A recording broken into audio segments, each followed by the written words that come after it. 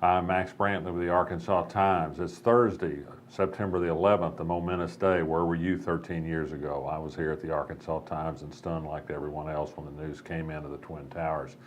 We find we're in a world where terrorism still lurks and where the threat is still great and where the president's still coping with it. But I'll take us on to more parochial topics. News in Arkansas today includes that we will have at least a 1-hour live TV debate between Mark Pryor, the U.S. Senator, and his Republican challenger, Tom Cotton. It will be in Fayetteville, October 14th. It will be televised on KETV and other TV stations. Foreign policy issues, however, will not be discussed, which has the Cotton camp unhappy. They have an opportunity to bring up those issues if they will agree to be on AETN's series of political debates. So far, they say they're awaiting word on who will be asking questions and other details before they decide if they will commit. It's interesting, I learned today from AETN that several other Republicans, in addition to Tom Cotton, have not yet said they will participate in the debates.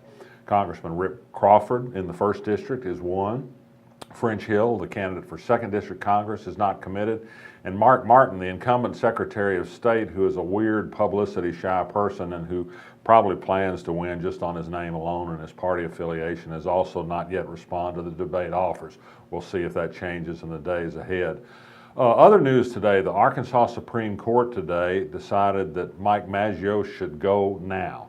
You may remember that he'd agreed to a discipline for a variety of ethical miscues, including improper comments on the internet. Also, some questions were raised about campaign financing.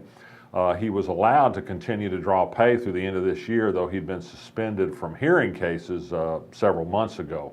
The Supreme Court said, given the punishment, given his agreement to it, it's time for him to go. It ended his pay by the state of Arkansas today, immediately. It happened at a good time because Mike Maggio's name came up again today in some solid reporting by Deborah Hale Shelton of the Arkansas Democrat-Gazette about some favorable treatment certain people have received in Faulkner County in divorce court. Mike Maggio was one of them. A future Arkansas Supreme Court Justice, Rhonda Wood, sealed his entire divorce record in his divorce case. This never happens. It's unheard of. Court is supposed to be a public record. Gilbert Baker, who's a former state senator and political bag man who helped funnel Michael Morton's nursing home money into Mike Maggio's aborted campaign for Court of Appeals, and also helped funnel money into other political candidates, including Rhonda Woods, also has had a divorce action, which has since been withdrawn, sealed by judges in Faulkner County.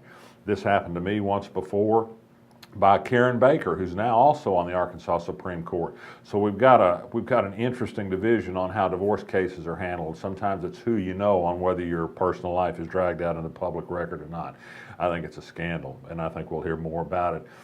Controversy continues today on the fact that the Arkansas State University football team had Christian crosses on their helmets this year as a memorial to bygone friends.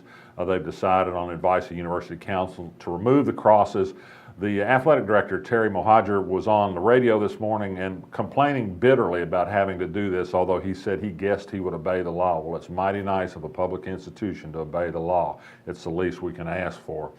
You know, it seems like a small thing, and that tends to be how the criticism is run, is so what's wrong with having a cross on a helmet? But when you start getting in the business of saying, well, it seems reasonable to me and I don't really care if other people think it's unreasonable, you're talking about the kind of tyranny that the U.S. Constitution was supposed to protect against, and at least that's what I think, and I get to say it here. I had some original reporting today on the enrollment in the new Quest Middle School that was established out in West Little Rock. It turned out to be what I expected it to be, more or less a neighborhood school for the middle and upper class, mostly white neighborhood out in that part of town that didn't want their kids to go to the school, to the nearby mostly black middle school in the Little Rock School District. It's overwhelmingly white and overwhelmingly comprised of people who don't qualify for free and reduced price lunches. This is opposite the situation in the Little Rock School District and other public school districts in this county. Finally, I also turned up an interesting piece of information that I hope can be further developed. I found out through a Freedom of Information Act request that the Republican nominee for Attorney General, Leslie Rutledge, who spent a brief period of time working in the Division of Children and Family Services in the State Department of Human Services, left her job in 2007 with an abrupt resignation, and it was followed by a note from her supervisor saying, I want it made clear for the record that she is not to be rehired by the State Department of Human Services. So we've got somebody running for the state's top legal office and who represent the Department of Human Services who is not a candidate to be rehired by the agency she might find herself in court to represent. I think voters need to know more about it. Leslie Rutledge says she took a job with the Huckabee presidential campaign. Can't really imagine why this happened, except maybe she didn't give adequate notice. DHS won't talk about it. I think we need to know more. Perhaps we will. I'm Max Brantley. I'll be back tomorrow.